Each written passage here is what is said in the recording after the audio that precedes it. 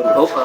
शिवाजी कोण होता या पुस्तकाचे जे प्रकाशक आहेत प्रकाश आंबे यांना तुम्ही शिवगाळ केल्याचा एक ऑडिओ व्हायरल होतो.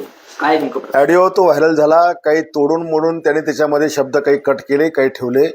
मला वाटतं 21 तारखेला माझ्या मिसेसला एका कार्यक्रमामध्ये हे पुस्तक शिवाजी कोण होता हे कोणीतरी गिफ्ट केलं आणि मला तिने आणि घरी आलं दाखवलं. मी हे वाचलं आणि वाचल्यानंतर छत्रपती शिवाजी महाराजांचा गौरवशाली इतिहास आणि त्या इतिहासाला छेडछाड करून एकेरी भाषेत प्रत्येक पानावर शिवाजी कोण होता, शिवाजी क्षत्रिय होता की नव्हता, शिवाजी मराठा होता की नव्हता, 96 कोळस होता का, अशा प्रकारचे अनेक बिछूट प्रश्न याच्यामध्ये उच्चारलेले आहेत.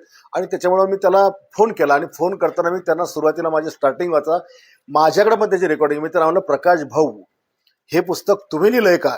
तो म्हणे हो. प्रकाशन केलं का? म्हणे हो. आणि मग म्हटलं, तुम्ही छत्रपती शिवाजी महाराजांना शिवाजी कोण होता एकरी भाषेत का लिहिलं? ते म्हणे पुस्तक फार जुनं आहेत म्हणे, ते यांनी अमुक अमुक लिहिलं. म्हणलं, कोणी प्रकाशन कोणी केलंय? आणि प्रकाशन करताना तुम्हाला छत्रपती शिवाजी महाराज असा उल्लेख का तुम्ही केला नाही? तर जी वारंवार छत्रपती शिवाजी महाराजांची महाराष्ट्रामध्ये विटंबना केली जाते, त्यांचा अपमान केला जातो, हे आपल्याला सहन होत नाही. आणि मग बोलता बोलता तो म्हणे, मी ब्राह्मण आहे म्हणून तुम्हाला असं बोलता का? म्हटलं, मी तुला बोललोय का तू कुठल्या जातीचा आहे? ब्राह्मण आहेस का तू? ब्राह्मण आहेस का? मी असं तुला विचारलं का म्हटलं? आणि मग तो म्हणे, गोविंद पानसरे. म्हटलं, मला काय घेणं गोविंद पानसरेचे, ते वर गेलेत, जा तिकडे तू. तर हे या पद्धतीनं त्यांनी जी मुजुरी ठेवली, मी त्याला विचारत असताना तो जो सारखा मला डिचवत होता आणि त्याच्यामुळे त्याला मी शिव्या हासडल्या.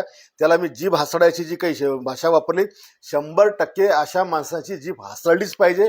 आणि अशा पुस्तकांमध्ये जिथे शिवरायांचा विकृत इतिहास किंवा एकेरी भाषा, आम्ही नाही या महाराष्ट्रात शिवरायांचा अपमान सहन करू शकत नाही, अशा प्रकारची पुस्तकं आम्ही वाचू शकत. आणि म्हणून ही पुस्तकं देखील अशा प्रकारची ज्याच्यामध्ये शिवरायांबद्दलचं विचित्र लिखाण आहे हे देखील नष्ट केलं पाहिजे.